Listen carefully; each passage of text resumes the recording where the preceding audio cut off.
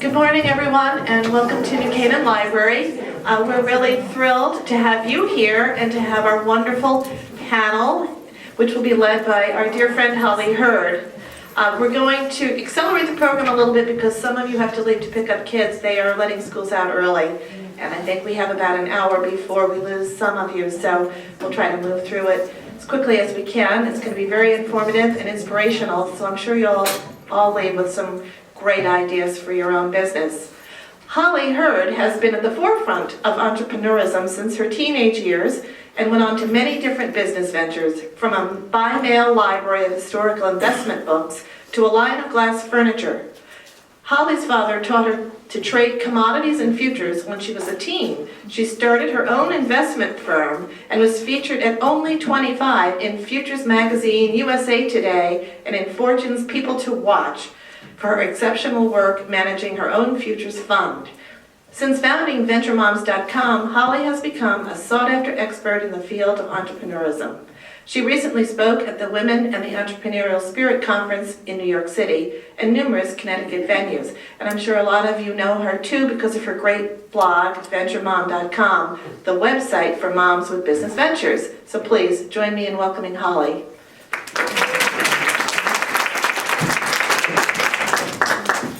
Thank you for that great introduction. Well, I think I'm going to change careers and become a weather person because every time I come to New Canaan, we have a weather event. This is literally the third time I've come and there's been snow. But we're going to condense a little bit because I know even some of my panelists have to leave early. So thank you for having me and thank you for all of you for coming. I want to tell you a little bit about my story because people ask, why did you start this? And in my life, I was meeting a lot of moms who had been in the corporate world and had left to raise their kids. And now they had all day while their kids had gotten older and were in school. And they wanted to go back to work, but they didn't want to commute. They couldn't get a job because they'd been out of the workforce for a number of years. Or they wanted to start their own thing, but they weren't quite sure what they wanted to do.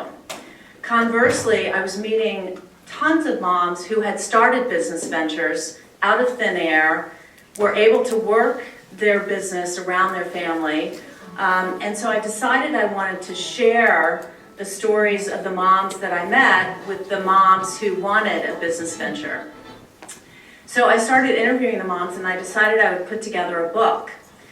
But a book takes a long time, and about this time, it was about 2.5 years ago, the blogging world was getting really big. I didn't even know what the word blog meant.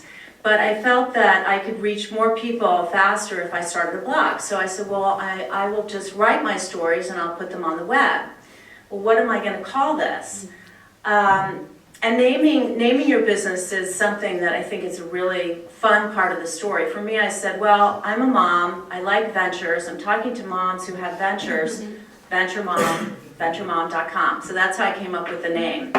So what I do is I write a story a week about a mom who has her own venture. And it comes out on Wednesday. You can sign up for my newsletter or the blog and get the story. And I like to cover the path, how the mom got started, how she came up with the idea, her first sale, her first validation. And while the stories are similar in a lot of ways, they're diverse in 3 ways. Geographically, I cover moms all over the country. I've covered one mom in Calgary, Canada. I hope to cover moms overseas. So if you have any friends, I'm always looking for new stories. The second way that they're diverse is in what they focus on. Moms in jewelry, fashion, food, cooking, furniture, animals, dog cleaning, dog walking, dog chips, everything. So baby products. The baby world is huge. Moms with babies invent the most amazing things and then turn them into businesses.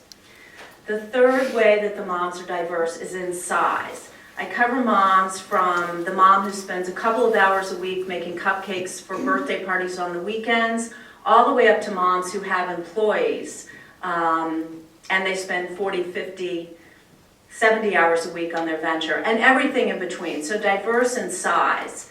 And the interesting thing about employees, when I ask a mom, well, who did you bring in to help you? You have helpers. It's always another mom.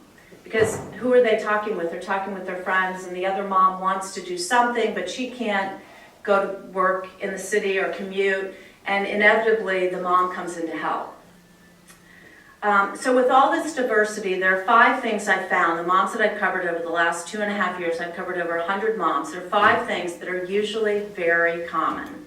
First thing is they create a venture around a passion, something they really love to do, sometimes something they're already doing in their life, something they invented because they needed to find a solution for a problem. The second commonality is friends and family. If you tell everyone you know what you want to do, someone will say, oh my God, my friend's uncle's brother is in the plastics business and he can help you find someone to manufacture that. Or, oh my God, my neighbor's sister's friend sews pillows and can help you source fabric. It's unbelievable the way that friends and family can help you. The third commonality among the venture moms is most of these moms do not have a business plan. They don't even have something written on the back of a napkin. And I know the MBAs will say, well, you need a business plan. It's sort of, most of the moms I talk with, they have an idea in their head, or they start something and then their friends ask them to do it for them, and before long they've got a full-fledged business. Fourth commonality, little to no startup capital. Most of these moms self-fund, or they start making money right from their first email telling their friends and family about their venture. And the fifth commonality that I have found is that these moms don't wait till it's perfect. Sometimes they don't even have business cards when they get started. They don't have a website. They don't have, they're not that organized. They don't even have a name sometimes. They just sort of roll into it, and before long, they're in business. And being scared is a big part of it. I know I was scared the first time that I sent out my first newsletter. I said, who's going to read it? What are my friends going to think? This is kind of weird. But I sort of felt that, you know, for me, I would send it out and then I would be done. I would have succeeded had I put it out there, because I never wanted to think that I had this great idea, and when I was 75 years old, I said, gosh, why did I never try that?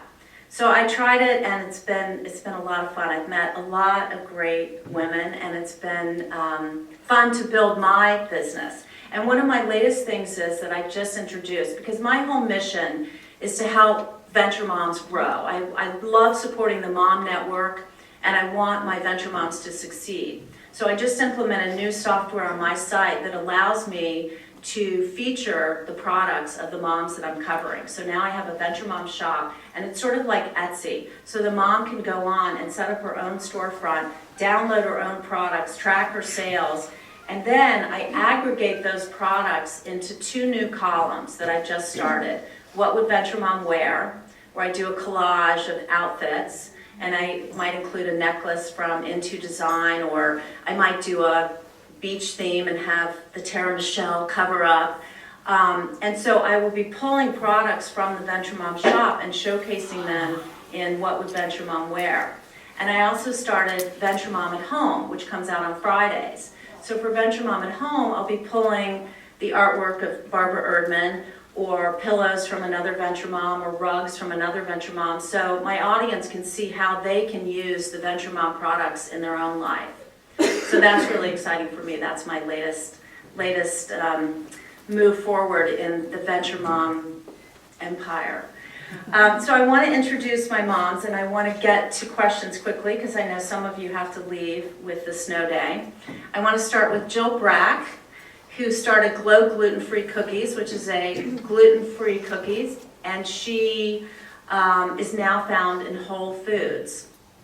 We also have Michelle Mogeson, who has a partner, Tara Vessels, and she started not more than 6 months ago the Tara Michelle bathing suit cover-up and tunic line, and is now in 60 plus stores, coming 80 for the spring in 6 months. But Michelle is a real go-getter, a mom with 5 children and running this fabulous business. Barbara Erdman, many of you know her artwork. She's found in stores, design stores around the area, and she's going to tell you about her recent partnership with a very large store.